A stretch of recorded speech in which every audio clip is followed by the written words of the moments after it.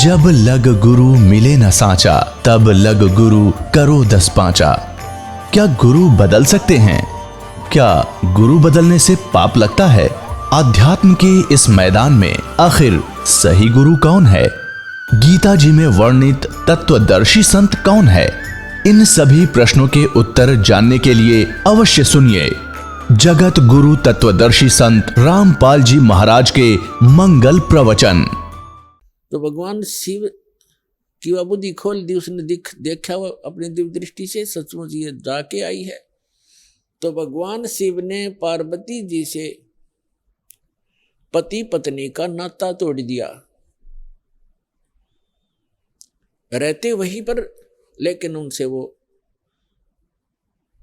पति पत्नी वाला व्यवहार बंद कर दिया। वो जान गई अपनी गलती से कि मेरी गलती से सारा काम हुआ है। भगवान शिव ने बताया कि आपने मेरी मां का रूप बना लिया, क्योंकि भगवान विष्णु उनके बड़े भाई हैं और लक्ष्मी उनकी विष्णु जी की पत्नी यानी बड़े भाई की पत्नी, भाभी, मां के तुल्य मानी जाती है। तो उसने कहा कि तूने मेरी माँ का रूप बना लिया, मेरी भाभी का रूप बना लिया, इसलिए तू मेरे लिए पत्नी रूप में स्वीकार्य नहीं रही। तो उधर से पार्वती ने 1 दिन देखा, 2 दिन देखा, 10 दिन, 1 साल, वह दुखी होगी। और जब बच्ची दुखी हो जाती है तो कहाँ आश्रय तकती है, अपने पीहर जाती है माता पिता के यहाँ। अब माता पिता के यहाँ गई, लेकिन माता पिता उससे अक्षुब्ध थे पहले से ही। क्योंकि उसने अपनी मर्जी से विवाह किया था भगवान शिव से। उसका पिता दक्ष बिल्कुल खुश नहीं था शिव जी से ब्याह करके। अब वो अपनी मर्जी से विवाह करके आई थी, दक्ष दुखी थे उससे। उधर राजा दक्ष ने उसी समय एक यज्ञ कर रखी थी, एक धार्मिक अनुष्ठान कर रखा था अपने घर में। और धार्मिक अनुष्ठान के अंदर एक ऐसा इन ब्राह्मणों ने, गुरुओं ने बना रखा है कि धार्मिक अनुष्ठान करे तब सारी लड़कियों को, उनके पतियों को यानी अपने दामादों को भी आमंत्रित किया जाता है, और भी गणमान्य व्यक्तियों को, साधु संतों को भी आमंत्रित किया जाता है। तो पार्वती जी की जो अन्य बहनें थी, उनके पति भी आए हुए थे, वो बहनें भी आमंत्रित की हुई थी, लेकिन पार्वती को आमंत्रित नहीं किया था, ना शिव को बुलाया था, क्योंकि राजा दक्ष उनको उनकी शक्ल भी देखना नहीं चाहते थे। जब पार्वती अपने घर पहुंची तो क्या देखा, वहां हवन हो रहा है, यज्ञ हो रही है, और जितने भी रिलेटिव थे सभी आए हुए हैं, सभी बहनों के पति भी आए हुए हैं, और उनके यथाचित उस यज्ञ में आसन लगाए हुए हैं। और प्रतिदिन उनका हिस्सा निकाला जाता था। जैसे ब्राह्मण लोग कहते हैं, आपने देखे होंगे, फेरे करते समय का 5 यहाँ धर दे, 11 वहाँ रख दे। तो ऐसे ही किया करते हैं कि इतने रुपए अपने दामादों के रख दो।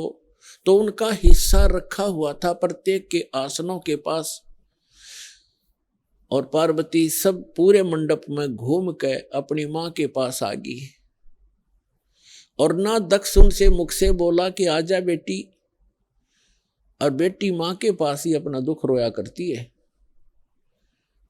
अपनी माँ के पास जाके कहने लगी, माँ आपने यज्ञ कर रखा है, धर्म यज्ञ कर रहे हो, और हमारे को आपने आमंत्रित नहीं किया, क्यों नहीं किया? और ऐसा भी था कि जैसे किसी बहन का कोई पति नहीं आया है, उपस्थित नहीं हो पाया किसी कारण से, तो उसका आसन लगा रखा है और उसके लिए फी प्रॉपर उसका हिस्सा भी रखा हुआ है। तो पार्वती जी ने कहा अपनी माँ से कि आपने ना तो अपने दामाद को आमंत्रित किया, ना मुझे किया, ना उसका आसन लगा रखा है। ऐसा भेदभाव तुमने क्यों किया हमारे से? तब माँ ने कहा कि बेटी, ना तो तू मानती मेरी बात, ना तेरा पिता मानता, तूने भी अपनी मर्जी से ब्याह किया था, इससे तेरा पिता क्षुब्ध है और ये इस कारण से तुम्हें बुलाया नहीं। तो पार्वती जी ने अपने पिता से प्रश्न किया कि आपने न तो अपना दामाद बुलाया, ना मुझे आमंत्रित किया, क्या मैं आपकी बेटी नहीं? तो दक्ष ने कहा कि मैं ना तेरी सूरत देखना चाहता हूं और ना उस सर्प लपेटे हुए व्यक्ति को बुलाकर अपनी बेइज्जती करवाना चाहता हूं। और आपको किसने बुलाया यहां पर, आप जा सकती हैं। इस अपमान को वो पार्वती सहन नहीं कर सकी और एक बहुत बड़ा हवन कुंड बना रखा था को 7-8 फुट नीचा, और उसमें ये क्योंकि राजा का यज्ञ ब्राह्मण कुंड से अपने घर से डालना था कि घेर का लकड़ और सोवा बरबर कड़छे घेरे पूरे लोटे के लोटे और डीक पड़े हवन की। तो पार्वती ने कहा कि मैं करवाती हूँ तेरा यज्ञ संपूर्ण। ऐसा क्षुब्ध हुई, इतना गुस्सा मान के, और हवन कुंड में छलांग लगा कर जल गई। जल्दी सी हवन कुंड को बुझाया गया, तुरंत ही उसको निकाला गया, सारा शरीर जल गया, लेकिन अस्थि शेष रह गई, अस्थि पिंजर शेष रह गया। भगवान शिव को पता चला, ये बहुत लंबी कथा है। भगवान शिव ने फिर अपने ससुर का सिर भी काट दिया था, उसने काट दिया था भैरव ने, जैसा भी। तो फिर क्या हुआ कि भगवान शिव जब आए तो उसने उस पार्वती के कंकाल को, जो केवल अस्थि पंजर था पूरे बॉडी का, उसको पार्वती जान के मोहवश इतना अंधे हो गए और उसको सीने से लगाकर 10,000 वर्ष तक पार्वती पार्वती करते फिरते गए रहे।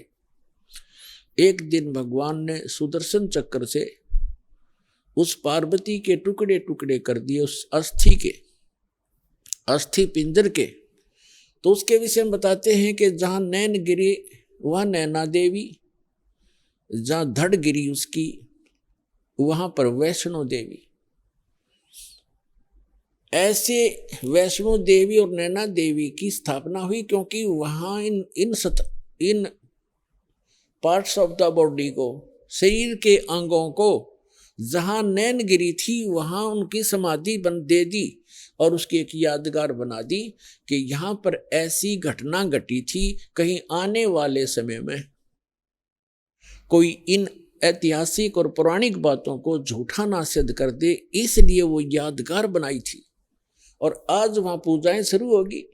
ऐसी जहां धड़ गिरा था वहां पर वैष्णो देवी बना दी, एक यादगार बना दी और उसको मंदिर का रूप दे दिया, जैसे कि आने वाले समय में ये चिन्ह बना रहे, ये अवशेष बने रहे। इस प्रकार ये हमारे धार्मिक तीर्थ बने। हम फिर जाने लगे, वहां श्रद्धा से मत्था टेकने लगे, चढ़ावा दान दक्षिणा करने लगे, फिर पुजारी बैठा दिए, अब वही घंटी बजा के हम कल्याण मोक्ष समझने लगे। तो अध्यात्म ज्ञानहीनता के कारण हम ऐसा कर रहे थे, ये डले ढो रहे थे। अब जो प्रसंग चल रहा है कि पार्वती जी का फिर नेक्स्ट जन्म जब हुआ, हिमालय के जन्म हुआ और शिव से विवाह हुआ। और भगवान शिव क्या करते थे कि जितनी बार भी पार्वती की मृत्यु हुई, उनके कंकाल को यानी रूंड को, इस हड्डी के सिर के ऊपरले हिस्से को वो निकाल लेते थे और उसको एक धागे में डाल करके रखते थे, ताकि वो गिनती करते थे कि कितनी बार इसकी मृत्यु होगी। 107 कंकाल सिर के भगवान शिव ने टांग रखे थे डोरी में, रस्सी में। और पार्वती पूछा करती थी कि ये क्या है, तो शिव जी टाल मटोल कर दिया करते थे कि ये मेरा कुछ अपना अनुष्ठान है, तू मत बोल। भगवान शिव ने बहुत बार पार्वती जी से कहा था कि आप भक्ति किया करो, देखो मैं भी करता हूं। तो पार्वती जी कहा करती थी कि मुझे तो भगवान मिल गए हैं, आप देवों के देव महादेव हो, मुझे क्या जरूरत है भक्ति करने की। भगवान शिव बहुत समझाया करते थे कि जीव को भक्ति अवश्य करनी चाहिए, साधना करनी चाहिए, उस परमात्मा की भक्ति करो। लेकिन पार्वती के गला या बात उतरा नहीं करती। पुण्यात्माओं, जिस प्राणी को सुख गणा है वो सुख इस प्राणी का महादुश्मन है। कबीर साहब कहते हैं, सुख के माथे पत्थर पड़ो जिसते नाम हृदय ते जावे, और बलिहारी व दुख के जो पल पल नाम रटावे। तो पार्वती को इतना सुख था, सभी देवी देव हाथ जोड़ा करते थे और सर्व ऐश्वर्य उपलब्ध थे, तो उसने क्या जरूरत थी भक्ति करने की। तो इसलिए भगवान शिव के पास जो मंत्र था वो स्वयं जाप करते थे, वो पार्वती जी को मंत्र बताया नहीं। एक दिन भगवान शिव सैर सपट्टे को गए हुए थे बाहर, पीछे से नारद जी आ गए और नारद जी बोले कि हे माता, आप जन्म और मरण के दुख को सहन कर रही हो और आपके घर में एक ऐसी अनमोल वस्तु है जिसके सेवन करने से आपका ये जन्म और मृत्यु मिट सकता है। तो पार्वती जी ने पूछा कि भाई नारद, ऐसी कौन सी वस्तु है, मुझे तो मालूम नहीं। उस नारद जी ने बताया कि आप भगवान शिव के पास एक मंत्र है, अमर मंत्र, और वो किसी को नहीं बताते और स्वयं मंत्र का जाप करते हैं, जिस कारण से वो अमर हैं। और उस मंत्र के अभाव से आप जन्म और मृत्यु को प्राप्त होते रहते हो। आपका 108वां जन्म है और भगवान शिव कांस्टेंट चल रहे हैं, और ये जितने भी ये कंकाल टंगे हुए हैं सिर के रूंड तेरे, ये आपके हैं। आप 107 बार मर चुकी हो, 107 बार ही आपने भगवान शिव को ही वर रूप में चुना है। 107 जन्म आपके हो चुके, 108वां चल रहा है। तो पार्वती जी का यह बात खटकेगी कि सचमुच ये मेरे ही सिर हैं, अगर आपके ही हैं ये। लेकिन ये बात गले नहीं उतरे कि भगवान शिव के पास ऐसा मंत्र और मुझे ना दिया हो, मुझे ना देवे, क्योंकि वो मुझे बहुत प्यार करते हैं, मेरे लिए वो सर्वस्व सौंप सकते हैं, सब कुछ दे सकते हैं। ये नहीं हो सकता नारद जी। नारद जी कहने लगे कि देख ले माता, अभी तक आपने उनको एज ए हस्बैंड ट्रीट किया है, एज ए गॉड ट्रीट नहीं किया। अभी तक आपने उसको पति रूप में व्यवहार किया है, आपने उनको भगवान नहीं समझा। और जब तक आपके हृदय में यह डिमांड नहीं होएगी, गुरु जैसे गॉड गुरु जो होते हैं वो भगवान के तुल्य ही माने जाते। तो भगवान शिव उस समय इस मंत्र के प्रदान करने वाले गुरु थे। तो नारद जी तक कह के चले गए, अब पार्वती की नींद हराम होगी कि भगवान को आने दे, और मुझसे कोई अवश्य कोई ऐसी गलती बनी है जो ऐसी वस्तु को मुझसे छुपा रखा है, मैं अवश्य अभाग्नि कोई गलती कर रही होंगी। एकदम नम्रता आई। पहले तो पार्वती जी जैसे पति पत्नी बोलते हैं ऐसे बोला करती थी, और उस दिन आते ही चरणों में दंडवत प्रणाम किया और पैर पकड़ के रोने लगी। भगवान शिव ने पूछा कि किसने क्या कह दिया आपको, क्यों रो रहे हो, बताओ मुझे एक बार। तो पार्वती ने कहा कि आपके रहते मुझे कौन क्या कह सकता है, लेकिन मैं बहुत निकम्मी हूं कि मैं ऐसी कोई गलती कर रही हूं जिस कारण से आपने मुझसे एक अनमोल वस्तु छुपा रखी है।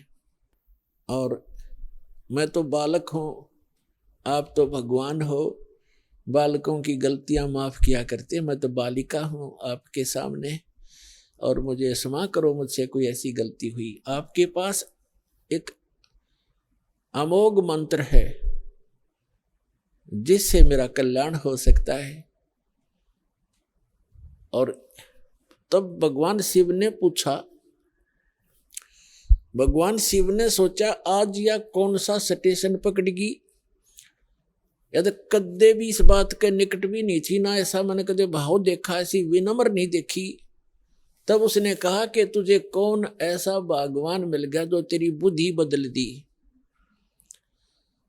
ये तेरे सतर का ज्ञान नहीं पार्वती, तेरी बुद्धि को मैं खूब जानता हूं। तब पार्वती जी ने कहा कि नारद जी आए थे, उन्होंने मुझे बताया है कि ये जितने भी ये कंकाल टंगे हुए इस माला में, ये मेरे सिर के, मेरे मुंह के रुंड, ये मेरे ही बताए हैं। मैं 107 बार मर चुकी हूं और आपको ही पति बनाया है मैंने। हे भगवान, क्या मैं मरती थी आप मुझे कितना प्यार करते हो, और ये जब मैं मरती थी तो क्या आपको दुख नहीं होता था, और फिर भी आपने मुझसे मुझे वह वस्तु नहीं दी जिससे मैं आपके जीवन तक तो जीवित रह सकती थी, इस मंत्र से, ऐसा बताया है। तब भगवान शिव ने कहा कि सचमुच ये सब सिर तेरे ही हैं और गिनती के लिए रखे हुए हैं ताकि तेरी बुद्धि ठिकाने आ जा, इसलिए रखे। और ये दिन आ गया आज। तो परमात्मा ने, भगवान शिव ने कहा कि आज तक मैं तेरी मृत्यु के उपरांत मैं कितना दुखी हुआ करता, वो तो मेरा मन जाने। जैसे उन्होंने बताया कि एक बार राजा दक्ष के यहाँ तू मृत्यु को प्राप्त हुई थी और तेरे उस अस्थि पिंजर को लिए मैं 10,000 वर्ष तक सीने से लगाए फिरा करता। मैं इतना पागल की तरह तेरे ऊपर आसक्त था, तेरे वियोग में मैं इतना दुखी होता था, और फिर भी मैं आपको, पार्वती ने कहा कि फिर भी आपने मुझे ये मंत्र क्यों नहीं दिया जिससे मैं मरती नहीं और आपके साथ ही रहती। तब भगवान शिव ने कहा कि ये मंत्र ऐसे नहीं दिया जा सकता, जब तक जिज्ञासा प्रबल ना हो इस मंत्र के बताने का कोई लाभ नहीं बताने वाले को, बल्कि पाप ही लगता है। अब जैसे एक सीप होती है जिससे मोती बनते हैं, सीप जिससे मोती बनते हैं। एक जीव होता है समुद्र में, उसका ऊपर का जो बॉडी होता है वो बहुत सख्त होता है, और छोटा सा सीप होता है, और वो जिस समय समुद्र के अंदर एक ऐसा वातावरण बनता है, उसको प्यास लगती है और वो समुद्र के जल को ग्रहण नहीं करती, वो ऊपर आ जाती है सतह पर, पानी के ऊपर की सतह पर। और जब स्वाति अक्षत्र में, स्वाति नक्षत्र की ऊपर से कोई बूंद आसमान से उसके मुख पर गिर जाती है, उस समय तो उस बूंद से जब मुंह खुला हो सीप का, उसकी डिमांड होती है उस बूंद की, आसमान के पानी की बूंद की, और उसमें मुंह खुला हो और उसमें वर्षा हो रही हो, तो मुंह खुले हुए पर एक ही बूंद पर्याप्त है उसमें मोती बनाने के लिए, और मुंह खुला ना हो और सीप बेशक ऊपर सतह पर जल के ऊपर घूम रही हो, चाहे सारा सामने बरस जा, उस मोती नहीं बन सकता क्योंकि उसका मुंह खुला नहीं है। तो ऐसे ऊपर बगैर मुंह खुले और उस बूंद की कोई वैल्यू नहीं है, व्यर्थ जाती है। ठीक इसी प्रकार भगवान शिव ने बताया कि आपके अंतःकरण का मुंह खुला नहीं था, आपके अंदर ये जिज्ञासा उत्पन्न नहीं हुई थी, इसकी डिमांड नहीं हुई थी। और आज नारद जी ने आपके अंदर ये प्रेरणा पैदा करके आपके अंतःकरण की वो डिमांड प्रेरित कर दिया, आपको आपकी प्रबल इच्छा होगी। अब ये मंत्र दूंगा पार्वती तो तेरा काम करेगा। पहले मैंने बहुत बार कोशिश की थी कि आपको ये मंत्र दूं, लेकिन आपने तो कान्ना पे कटाड़ी सारी बात, और कभी भी नहीं आपने भक्ति करने की सोची भी नहीं। अगर आप मेरे ज्ञान को सुनती तो मैं ये मंत्र आपको प्रेरित करके ये मंत्र भी देता, लेकिन ये ऐसा अनमोल मंत्र है, बगैर जिज्ञासु के और प्रबल इच्छा हुए बिना ये देना व्यर्थ होता है। इसलिए मैंने आपको मरते हुए भी देखा, मैं रोता भी था, डकराता था, टक्कर मारता था, लेकिन ये अनमोल वस्तु दे नहीं सकता था। तो पुण्यात्माओं, उस मंत्र को कितना कॉन्फिडेंस रखा गया था भगवान शिव के द्वारा। पार्वती के अतिरिक्त उन्होंने किसी को ये मंत्र फिर खोला भी नहीं। अब पार्वती से कहा कि इस मंत्र को मैं उस स्थान पर दूंगा, कोई अन्य जीव जंतु ना सुन ले। तो कहां ले गए उनको? वहां ले गए जहां आज अमरनाथ नाम से स्थान प्रसिद्ध है। वहां उस स्थान पर एक सूखा वृक्ष था। सूखा वृक्ष खड़ा था, उसके पत्ते नहीं थे, टहनी अवश्य खड़ी थी, पत्तों रहित सूखी। और उसकी एक खोगड़ माने वृक्ष के अंदर एक उसके तने में एक सुराख बन जाता अपने आप ही कुदरती। और उसमें एक मादा तोते ने अंडे दे रखे थे, उत्पन्न कर रखे थे। एक तोते के अंडे थे उसमें। तो भगवान शिव ने देखा कि आसपास, क्योंकि अगर कोई हरे वृक्ष के नीचे बैठते हैं तो कोई ना कोई पक्षी भी आकर बैठ सकता था, दिखाई नहीं देता। इसलिए ऐसे सूखे वृक्ष के नीचे बैठे जाकर कि कोई पक्षी भी निकट आएगा तो पता लग जाएगा। तो उससे पहले भगवान शिव ने अपने दोनों हाथों को ऐसे जोर से बजाया 3 बार, और इतना भयंकर नाद हुआ, आसपास के पक्षी और पशु सैकड़ों किलोमीटर दूर उड़कर चले गए, इतने भयभीत हो गए। और जो अंडे थे वो भी बच्चे बनकर उड़ गए। एक अंडा वो खराब था, डिफेक्टिव था, वो वहां रह गया। अब पुण्यात्मा देखना, ये है कंप्लीट स्पिरिचुअल नॉलेज, ये संपूर्ण अध्यात्म ज्ञान है। अब आप देखते हो जैसे अस्थि उठाते हैं, अस्थि फूल उठाते हैं, जो हार्ड जीव के, मनुष्य के, स्त्री या पुरुष के जला दिए जाते हैं, शरीर को अंतिम संस्कार कर दिया जाता है शरीर का। उसके बाद उसके कुछ कण हड्डियों के बच जाते हैं, उनको फूल बोलते हैं, अस्थि बोलते हैं। उनको वहां से उठाया जाता है उस राख से, और कहाँ डाल के आते हैं? गंगा में, दरिया में। क्यों डालते हैं? ये तो एक बहकाने वाली बात है कि वहां गति करवाने जाते हैं। मरने के बाद जीव चला गया जहां जाना था, उन हड्डियों के कहीं फेंकने से, दरिया में डालने से गति होती है।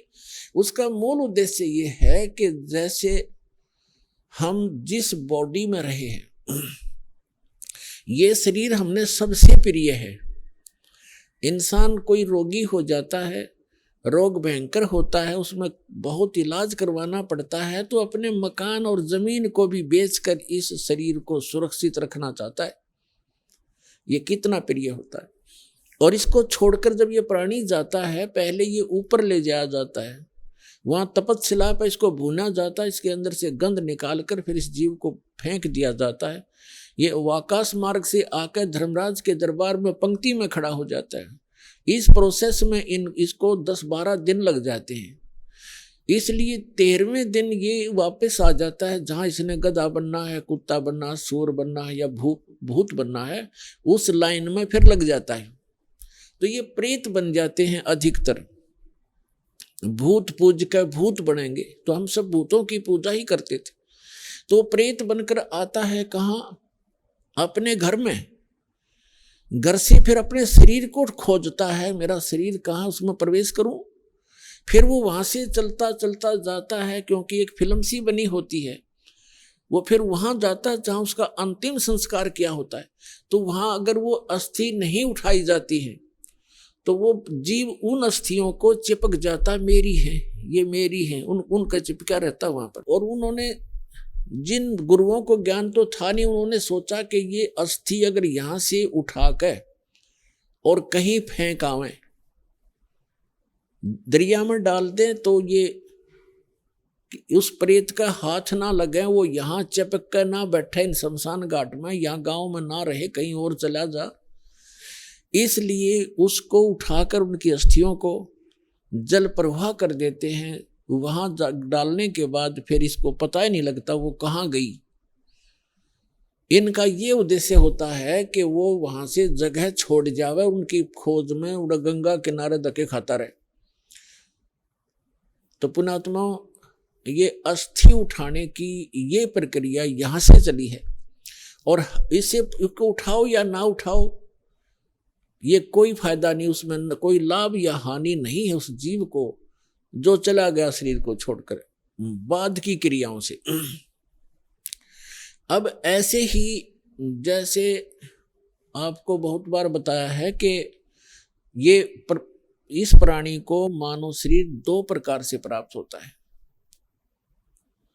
एक तो 84 लाख योनियों को भोग गए, एक टर्न वाइज एक मानव शरीर कंपलसरी प्राप्त होता है, और दूसरे प्रकार का वो होता है जो शुभ संस्कारों से लगातार भी कई मनुष्य जीवन आपके पूर्व जन्म के पुण्य संस्कारों से हो जाते हैं। तो एक सुखदेव नाम के ऋषि हुए, फिर वो बाद में उनकी आत्मा 84 लाख योनियों को भोगती भोगती, और तोते का संस्कार था उसका।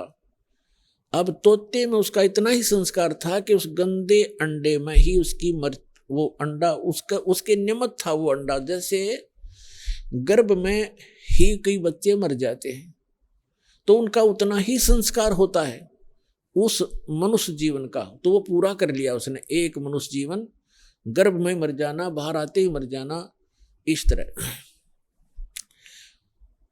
अब उसका संस्कार था इतना ही कि उस अंडे में उसकी आत्मा आई और अंडा गंदा हो गया।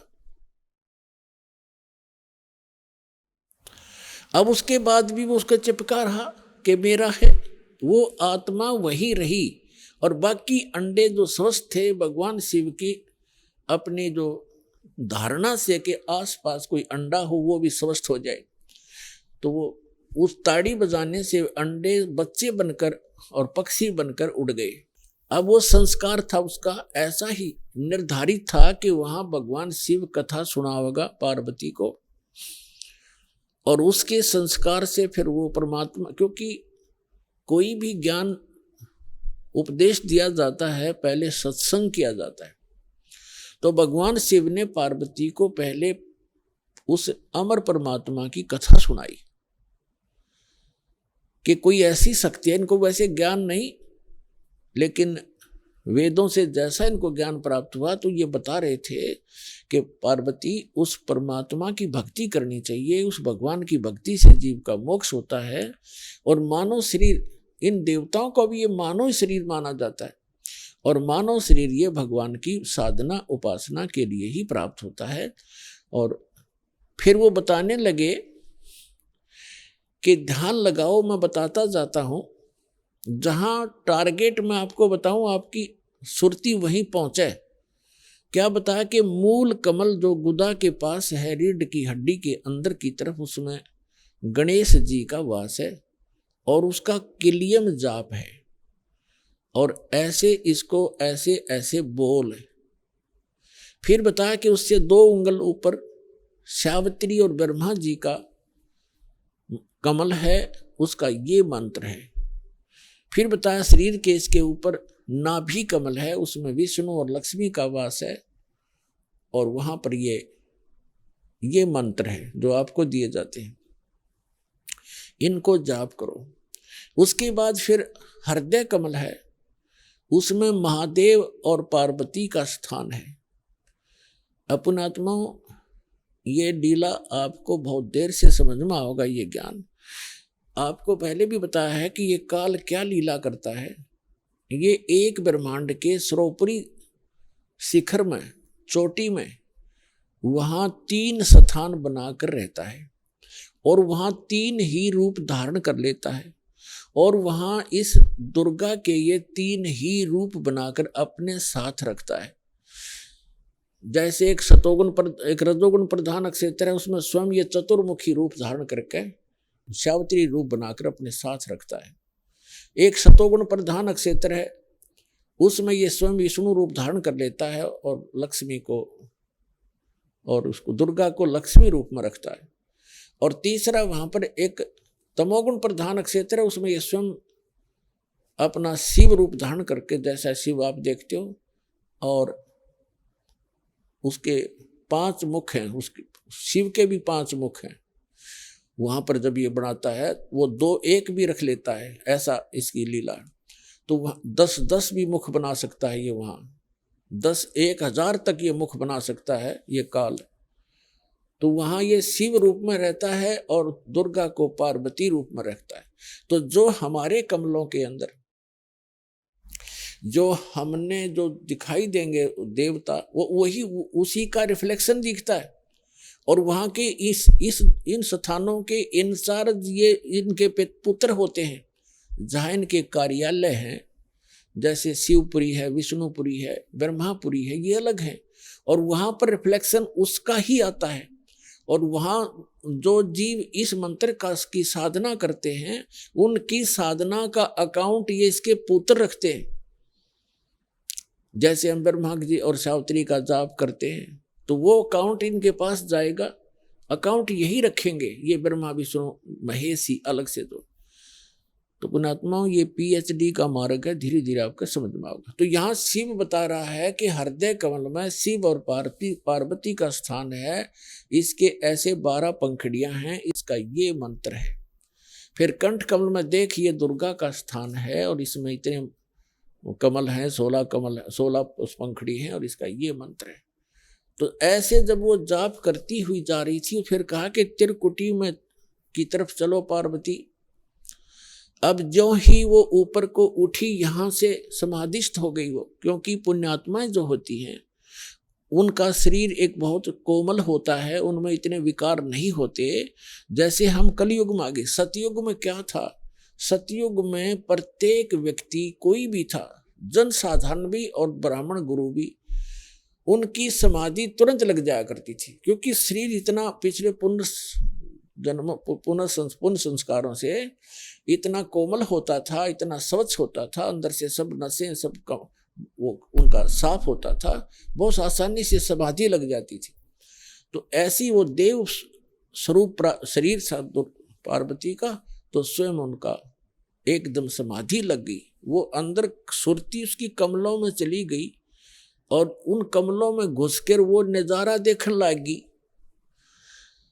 अब जैसे पुण्यात्माओं, आप सिनेमा देखने जाते थे पहले, अब तो नहीं देखेंगे हम, पहले सिनेमा देखने जाते थे 3 घंटे, 3 घंटे का न्यू पता नहीं चला था किस में गए, क्योंकि कभी कुछ देख रहे हैं, कभी कुछ देख रहे हैं, कभी कुछ देख रहे हैं, 1 सेकंड में वो होया पावा था, खत्म होगी भाई। और बस स्टैंड पे बस की इंतजार कर ले, 10 मिनट में 20 बार उठेगा, 10 बार बैठेगा, आई किसी आई। तो इस तरह हम जो समाधिस्थ ये ऋषि होते थे, इनकी काल रोल मारा करता, इन्हें मूर्ख बनाया करता। जैसे किसी भी एक कमल में ये प्रवेश कर गए, एक कमल जैसे टीवी चैनल में कोई चैनल ऑन कर लिया, और उसमें जो भी नज़ारे हैं वो यहाँ से बिल्कुल हटकर हैं, और वो ऐसे दृश्य हैं यो मन देखता देखता दंग रह जाता है, इसको पता नहीं चलता कितना समय बीत गया। तो इस प्रकार वो काफी समय तक ये नज़ारे देखा करते, मोक्ष नहीं हुआ इनका। तो जो दास आपको कंसेप्ट क्लियर करने जा रहा है, इस प्रकार पार्वती का कोई चैनल ऑन हो गया, और उस चैनल में वह घुस गई, लागी सिनेमा देखने।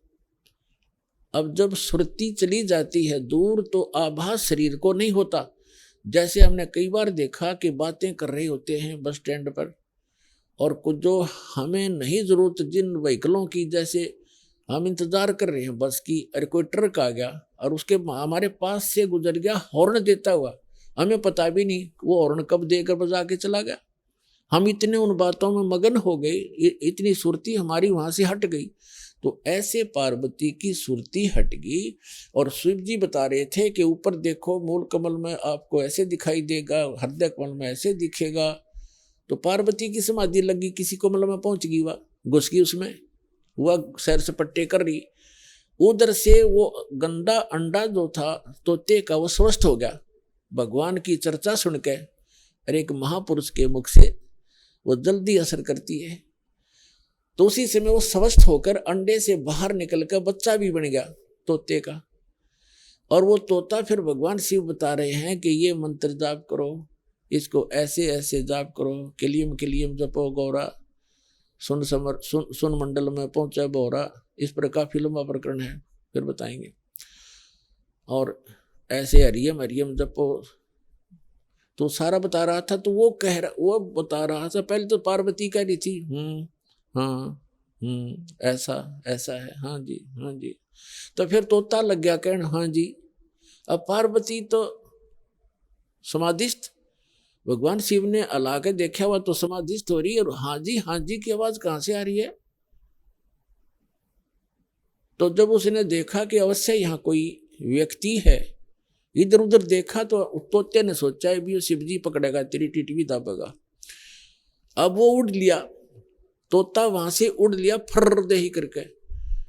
अब शिव जी ने देखा कि इसने मेरा मंत्र प्राप्त कर लिया, और तोता बड़ा बदमाश होता है, यो किताब बोल रहेगा इसने। और ये ऐसे बताने से किसी व्यक्ति के हाथ लग गया। जैसे ये राक्षस क्यों बन गए, जो साधना करते थे मर्यादा तोड़ गए, सब विकार करने लग गए, और उस भक्ति की से उसमें सिद्धियां उतनी ही आ गई जो देवताओं में थी, लेकिन उनके कर्म बिगड़ गए, तो वो बराबर की शक्ति युक्त हो गए और दुखदायी एलिमेंट बन गए। इसलिए इन मंत्रों को अभी तक हम गुप्त रखते हैं कि एक आम जो बगैर किसी अधिकारी के इसको दिया नहीं जा सकता, यह हानि कर सकता है, फिर आम समाज के लिए भी दुखदायी बन जाता है। तो ये कारण था कि आम व्यक्ति को, जनसाधारण कहते हैं भाई ये मंत्रों को तुम्हारे गुरुजी गुप्त क्यों रखते हैं। अब उनको क्या पता, जगत को भगत की मर्यादाओं का ज्ञान नहीं होता, तो श्रेयाम सार्वजनिक क्यों नहीं करते, वो सबको क्यों नहीं बताते। कोई बात है, अब आपके पास 20 लाख रुपये है तो बांट देना सबको, खड़ा होगा गली में बांट दे, 10-10 रुपये, 100-100, 500, 1000-1000। जब तेनों कहेगा कौन से बेटे ने दूं, तो ठीक ठाक रखे, खराब ना कर दे। तो ये एक अनमोल धन है, ऐसे नहीं बांटा जाता। तो भगवान शिव पीछे पीछे और तोता आगे आगे, दोनों में सिद्धि, उस मंत्र से वो भी मंत्रित होकर के सिद्धि युक्त हो गया और वो भाग लिया। आगे तोते का शरीर छोड़कर वेद व्यास की पत्नी ने जमाई ली, उसके माध्यम से वो सूक्ष्म रूप से गर्भ में पहुंच गया। और जब उनका मिलन हुआ पति पत्नी का, तो उस समय उसमें बॉडी धारण कर ली वेद व्यास और उसकी पत्नी से, और गर्भ में रहा। तो भगवान शिव आए पीछे पीछे और कहा कि पार्वती, वो व्यास की पत्नी, तेरे पेट में मेरे ज्ञान का चोर है, मैं इसे मारूंगा। तो उसने कहा कि क्यों मारोगे, क्या गुस्ताखी कर दी, यदि कोई जीव, मुझे तो मालूम नहीं, आप तो अंतर्यामी हैं भगवान, आपने को पता होगा, क्या बात होगी कि इसने मेरा अमर मंत्र चुरा लिया, सुन लिया, और ये अमर हो गया, और कहीं ये किसी और को बताओगा, इसलिए मैं इसे खत्म करूंगा, मारूंगा। तो व्यास की पत्नी कहने लगी, बोले नाथ, एक तरफ तो आप कहते हो ये अमर हो गया तो आप मारोगे कैसे इसको। तो शिव जी वहां से आ गया, भाई बात तो ठीक है, गर्भ में ऐसे साधक को हानि नहीं पहुंचा सकता, जो पूर्व जन्म के कुछ संस्कारी होते वो गर्भपात से मरण नहीं होता उनका। और फिर व्यास जी और उसकी पत्नी भी साधक थे, तो साधक को कोई भी देव जो हानि नहीं पहुंचा सकता। तो भगवान शिव वापस आ गया। अब कहने का भाव ये है दास का कि पार्वती जी को वो मंत्र मिला भगवान शिव से, कहा जहां पर आज हम एक अमरनाथ का मंदिर मानते हैं, अमरनाथ मानते हैं, और वहां अपने कल्याण के लिए हम वहां दर्शनार्थ जाते हैं कि हमारा मोक्ष हो जाएगा। अमरनाथ पर जाने से नहीं, अपने आत्माओं वो मंत्र से मोक्ष हुआ पार्वती का, उस अमरनाथ से नहीं। अमरनाथ एक स्थान है जहां पार्वती जी को वो अनमोल मंत्र प्राप्त हुआ था।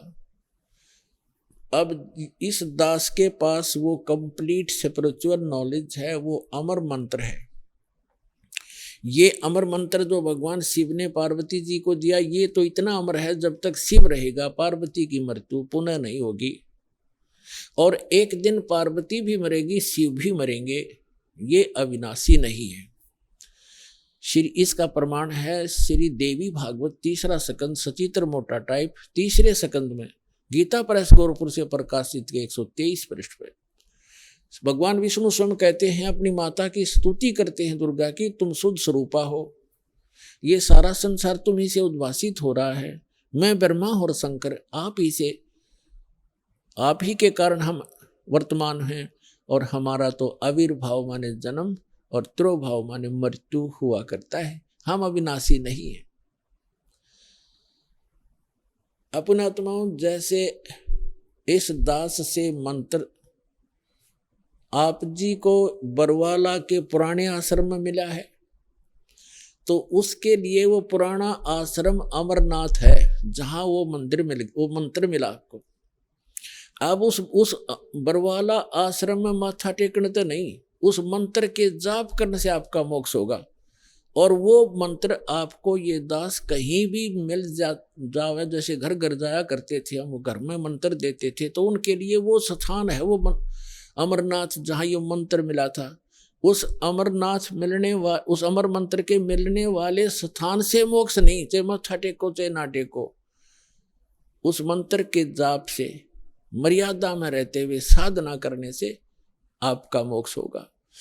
अब जैसे पहले हम नगर नगर में जाकर सत्संग करने लगे थे, और वहां टेंट लगाया करते थे, भट्ठी बनाया करते थे, मिट्टी ग्राउंड में ईंटों की भट्ठी बनाकर हलवा खीर बनाते थे, और सत्संग करके हम अगले स्थान दूसरे शहर में चले जाते थे। तो जैसे हम एक बार करनाल के अंदर सत्संग करके चले गए, हम चले गए हिसार में आ गए, तो जिस भक्तों ने वहां नाम लिया था, तो उनके लिए वो करनाल का वो मैदान अमरनाथ है। लेकिन अगर कोई उस बाद में कोई व्यक्ति यूं कहे कि चल आपको वहां वो स्थान दिखा कर लाता हूं जहां पर रामपाल महाराज का सत्संग हुआ था, तो वहां क्या दिखा कर लाएगा बाद में, जहां भट्ठी पड़ी थी ईंटों की यूजलेस, हमने काम सारा कर लिया था, हम आगे चले गए। अब उन भट्टियों को देखने से, जैसे हम वहां ये सत्संग जहां हो रहा हो और ये दास जहां उपलब्ध हो, तो वहां भक्त हो, वहां पर खीर भी मिलेगी, हलवा भी मिलेगा, और ये अनमोल ज्ञान भी सुनने को प्राप्त होगा। अब यदि कोई व्यक्ति कहे कि चल आपको वो स्थान दिखा कर लाता हूं जहाँ सत्संग हुआ था, वहां जाकर क्या दिखावा, देख यहाँ तो खीर बनी थी, यहाँ हलवा बना था, यहाँ बैठ कर नाम दिया था, तो वहां ना तो वह खीर ना हलवा, सूखी भट्ठी है, उन्हें 6 पे माथा टेका हो जाए, तो वो चीज तो यहाँ मिलेंगी जहाँ दास उपलब्ध है। अब ये बरवाला के अंदर है वो भट्ठी, वो खीर भी, हलवा भी, और अनमोल मंत्र और ज्ञान भी। इस प्रकार जितने भी हमारे ये तीर्थ हैं, ये पवित्र यादगारें तो हैं कि यहाँ ऐसी घटनाएं घटी थी, ये केवल यादगार हैं, लेकिन वहां जाने से जीव को पाप के अतिरिक्त कुछ नहीं मिलेगा। एक समय जैसे परमात्मा की लीला में लिखा हुआ है कि वो सतलोक से चलकर आते हैं, वो 3 प्रकार की स्थिति से हमारा धारण पोषण करते हैं, 3 प्रकार के शरीर से। एक शरीर से तो सतलोक में स्थायी रहते हैं, उनके एक रोमकूप में करोड़ सूर्य करोड़ चंद्रमा मिला दे इतनी रोशनी होती है। आइए अब हम उन श्रद्धालुओं के अनुभव जानते हैं जो जगत गुरु तत्वदर्शी संत रामपाल जी महाराज जी से दीक्षा प्राप्त कर चुके हैं तथा उनके द्वारा बताए गए भक्ति मार्ग पर चल रहे हैं। नमस्कार सर। नमस्कार सर जी। सर क्या नाम है आपका? मेरा नाम जागेश कुमार साहू है। जागेश कुमार जी, आप कहाँ से हैं? मैं ग्राम कोसागोंदी, जिला बालोद, छत्तीसगढ़ का निवासी हूँ। जागेश्वर जी, संत रामपाल जी महाराज से नाम दीक्षा आपने कब ली? संत रामपाल जी महाराज से, तत्वदर्शी संत रामपाल जी महाराज से नाम उपदेश मैंने 14/10/2014 को दिया भगत जी। संत रामपाल जी महाराज से नाम दीक्षा लेने से पहले आप क्या भक्ति साधनाएं करते थे? सर, संत रामपाल जी महाराज से नाम उपदेश लेने के पहले मैं हिंदू धर्म में होने के कारण जितने भी परंपरागत जो पूजाएं साधनाएं चलती है हिंदू धर्म में, वो सभी पूजाएं साधनाएं करता था। और साथ ही साथ मेरे जो मम्मी पापा हैं वो राधा स्वामी पंथ से उपदेश लिए थे, तो बचपन से ही मैं उसके सत्संगों में जाता था, उसके सत्संग सुनता था, ये सब किया करता था। तो फिर संत रामपाल जी महाराज की शरण में आप कैसे आए? इसको मैं विस्तार से बताना चाहूँगा सर। जैसे कि मैं राधा स्वामी पंथ के सत्संगों में आता जाता था अपने मम्मी पापा के माध्यम से, नाम उपदेश तो नहीं लिया था वहाँ से, लेकिन मेरे मन में परमात्मा पाने की चाह थी, एक कसक थी कि वो परमात्मा है कौन, उसको हम कैसे पा सकते हैं, वो रहता कहाँ है ना भाई। वहाँ पे जाते थे तो उनके सत्संगों में बताया जाता था कि परमात्मा निराकार है, वो वहाँ पे बूंद आत्मा ऐसे मिल जाती है कि जैसे एक बूंद समुंदर में मिल जाता है, निराकार बताया जाता है, कोई आकार नहीं बताया जाता। मेरे मन में ये प्रश्न था कि वो परमात्मा वास्तव में है कैसा, उसकी पाने की विधि क्या है, ये मेरे मन में कसक रहती थी। इसी कारण मैं दास मैसन का काम करता है, राज मिस्त्री का काम करता है, काम करके आने के बाद में मैं खाना खाने के बाद में जितने भी संतों महात्माओं हैं उसकी सत्संग मैं टीवी चैनल में देखता रहता था कि कहीं से भी ये अच्छी सी कोई मिल जाए। हालांकि राधा स्वामी सत्संगों में जाता था, फिर भी मेरे मन में वो परमात्मा का एक निष्कर्ष नहीं निकल रहा था कि वास्तव में ये परमात्मा है कौन। कहते हैं सबका मालिक एक है, लेकिन वो है कौन, ये मेरे मन में एक बहुत बड़ा प्रश्न रहता था। तो सत्संग देखता था टीवी चैनल में। एक दिन टीवी चैनल बदलते बदलते साधना चैनल लग गया, और उस संत का तो मैं नाम नहीं जानता था पहले, वो राधा स्वामी पंथ के बारे में ही बता रहे थे। वो राधा स्वामी पंथ के सार वचन वार्तिक के वो जो उसमें उंगली रख कर बता रहे थे कि राधा स्वामी पंथ के संत ये बता रहे हैं, ऐसा ऐसा लिखा है। मैं उसको देखा, मैं एकदम खुश हो गया कि देखिए, मैं अपने मम्मी पापा को बताने लगा कि देखिए एक संत आए हैं माँ, जो बता रहे हैं कि राधा स्वामी पंथ के पुस्तक को दिखला रहे हैं, आओ देखो। मैं उसको बुलाने लगा, मैं इतना खुश हो गया कि एक राधा स्वामी पंथ के वो संत के पुस्तक को दिखला रहे हैं। मैं देखता रहा। उसके बाद में उसमें बोले कि राधा स्वामी पंथ में जितने भी साधना कर रहे हैं ये सब काल के नाम जाप कर रहे हैं, है ना, और इसकी भक्ति विधि सही नहीं है। इसके जो राधा स्वामी पंथ के जो प्रवर्तक है वो भूत बने। ये सुनकर मेरे दिमाग एक धक्का लगा कि यार ऐसे कैसे हो सकते हैं। और मैं संत रामपाल जी महाराज को मैं ये कहा कि यार इसको कौन संत बना दिया, है ना भाई, कि किसी भी संत कुछ भी बता रहा है उसको ऐसे कैसे बोल सकते हैं, ये अपने हिसाब से बताना चाहिए। सब संत महात्मा अपने अपने हिसाब से बताते हैं, ये कैसे बोल दिया। ऐसा करके मैं चैनल बंद कर दिया। फिर मेरे मन में वो जो संत रामपाल जी महाराज के जो सत्संग सुना था वो दिमाग में चलता रहा। मैं दिन भर काम करते करते सोचता रहा कि ये वास्तव में ऐसा क्यों बोल रहे हैं। मैं दूसरे दिन फिर चैनल ऑन किया, उसी समय फिर देखा, तो उस दिन पर संत रामपाल जी महाराज देवी भागवत को दिखला रहे थे। उसको देखा तो ठीक लगा, देखता रहा। एक दिन फिर उसी समय आया, फिर बता रहे थे राधा स्वामी पंथ के बारे में। मैं उस दिन ठान के बैठा था कि आज मैं देखूंगा कि ये संत आखिर ये क्यों कह रहे हैं। कहीं ना कहीं इसके पीछे कुछ तो वजह होगी। अगर आखिर कोई संत किसी को ऐसा क्यों कहेंगे। तो देखता रहा। जब देखा सर कि शुरू से लेकर अंत तक के बताया, पूरा प्रमाण के साथ बताया, सभी संतों महात्माओं की वाणियों से मिलान करके बताया, तब मैं अपने कलेजों को पकड़ के बैठ गया भगत जी। और मेरे आँख से आंसू नहीं थमा। हे मालिक, आप यहाँ बैठे हैं परमात्मा। मैं आपको कहाँ कहाँ नहीं खोज रहा था मालिक, आप तो यहाँ बैठे हैं परमात्मा। मैं अपने आप को रोक नहीं पाया। मैं कुर्सी पे बैठे बैठे संत रामपाल जी महाराज का सत्संग सुनते रहा, और उसमें मेरे को पूर्ण रूप से प्रमाण के साथ गुरुजी ने सत्संग में विस्तार से बताया, और मैं अपने आप को रोक नहीं पाया। और मैं 14/10/2014 को संत रामपाल जी महाराज की शरण में जाकर नाम उपदेश लिया सर, जैसे कि संत रामपाल जी महाराज से जो भी श्रद्धालु नाम दीक्षा लेते हैं तो उनको लाभ तो ज़रूर होते हैं, तो क्या आपको भी कुछ ऐसा लाभ हुई? हाँ सर, संत रामपाल जी महाराज से पहले हम नाम उपदेश नहीं लिए थे, तो भक्ति कर रहे थे, उससे हमको लाभ और हानि का तो पता ही नहीं था। लाभ और हानि का पता जब चला जब हम संत रामपाल जी महाराज से नाम उपदेश लिए। संत रामपाल जी महाराज से नाम उपदेश लेने के बाद अनेकों लाभ हुए भगत जी। उसमें से मैं आपको थोड़ा लाभ बताना चाहूँगा, क्योंकि ज़्यादा बताऊँगा तो आपके पास समय नहीं है, तो थोड़ा लाभ बताना चाहूँगा। जैसे कि ये दास मेसन का काम करता है। थोड़ी दिन हुए थे मेरे को संत रामपाल जी महाराज से प्रथम नाम उपदेश लेकर आए हुए। मैं रात को लगभग 7 साढ़े 7 बजे काम से वापस आ रहा था सर जी, और शाम का समय था, रात्रि थी, है ना। उधर से ट्रैक्टर आ रहा था, देर से मैं साइकिल से वापस घर आ रहा था। ट्रैक्टर में एक लाइट जल रही थी, उसकी जो हेडलाइट है, एक लाइट बंद थी, एक लाइट जल रही थी। और इधर से मैं जा रहा था, मैं समझा कि वो मोटरसाइकिल आ रहा होगा। मेरे दोस्त और मैं दो जने थे, और मैं आराम से सतनाम का जाप, संध्या आरती तो कर चुका था, सतनाम का जाप करते करते आ रहा था। जैसे ही नज़दीक ढलान थी भगत जी सर जी, वो जैसे ही मैं नज़दीक आया, मैं देखा अरे ट्रैक्टर, अब भाई मैं तो मरूंगा भाई, मेरा तो हो गया आज, मेरी आंखें बंद हो गई है। मालिक आप जानो, अब जो कर रहे हैं आप जानो परमात्मा। उसके बाद मेरी आंखें बंद हो गई, पता नहीं चला सर कि मैं कैसे रोड के बगल में था, गाड़ी पार हो गई।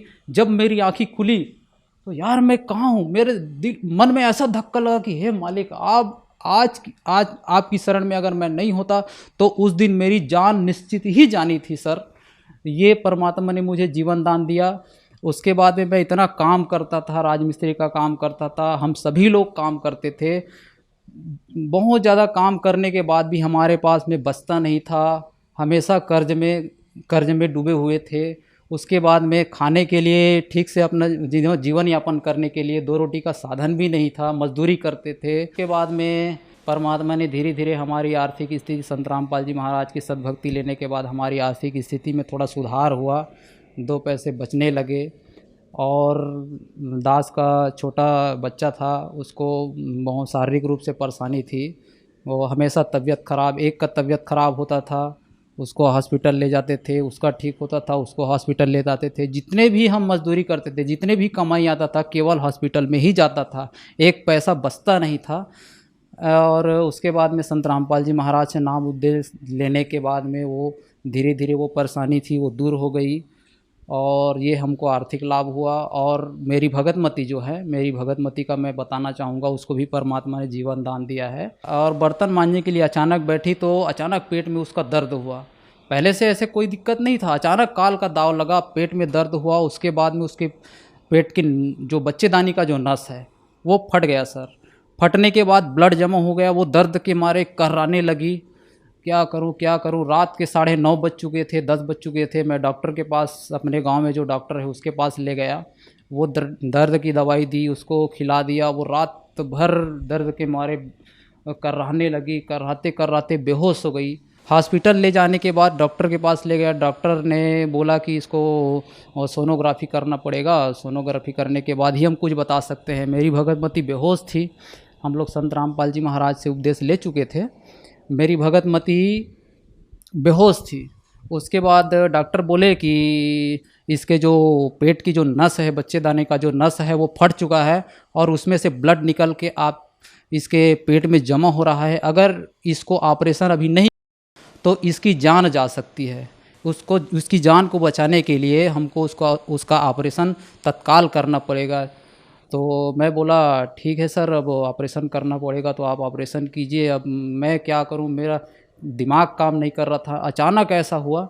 तो मन ही मन परमात्मा की याद आई, परमात्मा तत्वदर्शी संत रामपाल जी महाराज की याद आई। तो मैं तत्वदर्शी संत रामपाल जी महाराज के जो कांटेक्ट नंबर दिए होते हैं उसमें फ़ोन किया और प्रार्थना लाया कि हे मालिक, ऐसा ऐसा बात है, मेरी भगतमती का जो है ये ऑपरेशन बोल रहे हैं, क्या करूं मालिक। तो मालिक का आदेश आया कि ठीक है बेटा, परमात्मा दया करेंगे। तो उसके बाद में मैं आया, डॉक्टर मुझे बुलाए, जहाँ पे ऑपरेशन थिएटर था वहाँ अंदर लेकर गए, वहाँ ऑपरेशन चल रहा था। उसी समय बोले डॉक्टर दिखाए, उस जितने भी सिचुएशन थी उसको दिखलाए, इतना ब्लड निकल चुका है, इतना ब्लड निकल रहा है, साफ़ नहीं हो रहा है, और हम आपको कुछ नहीं बता सकते। और अगर ये मैं आपको बता रहा हूँ कि 72 घंटे के अंदर अंदर अगर इसको होश आ गया तब आप मानिए कि ये जीवित रहेगी, नहीं तो हम कुछ नहीं कह सकते, आप इंतज़ार कीजिए, ऐसा करके बोले और एक कागज़ पे साइन किए। ये धमतरी के नर्सिंग होम की बात है, मैं आपको बता रहा हूँ।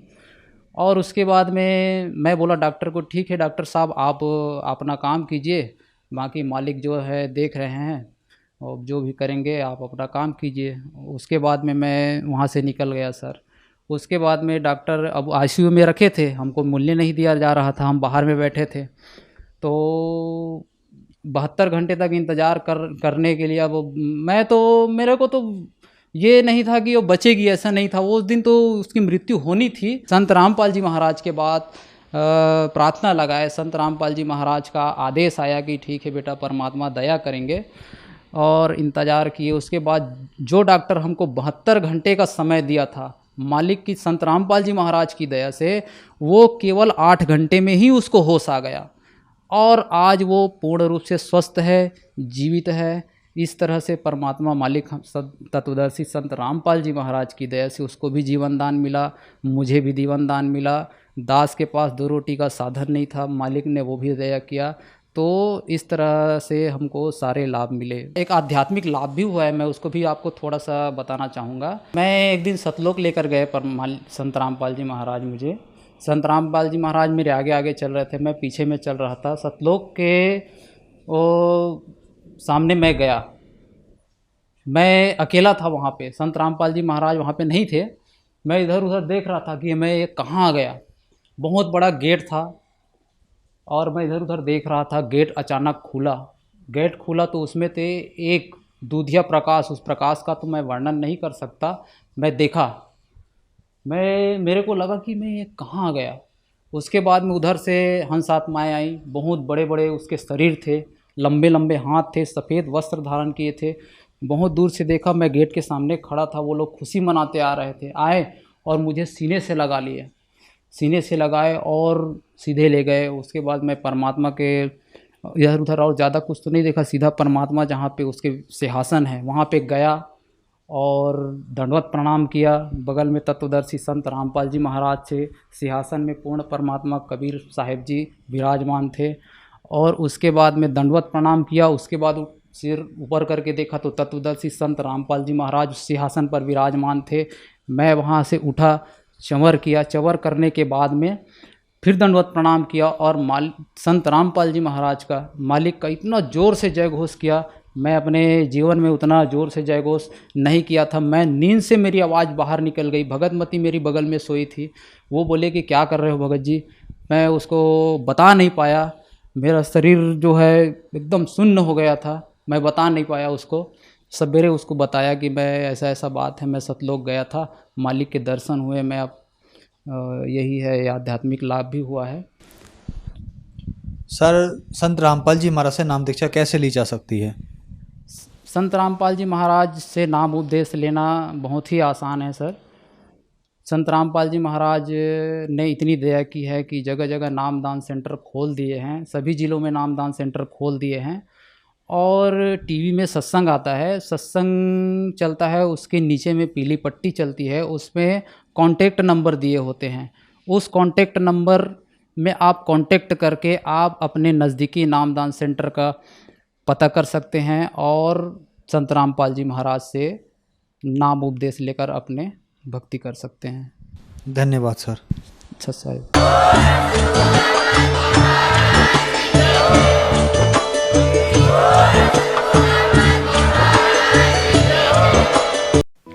आप सुन रहे थे जगत गुरु तत्वदर्शी संत रामपाल जी महाराज के मंगल प्रवचन। अधिक जानकारी के लिए संपर्क करें।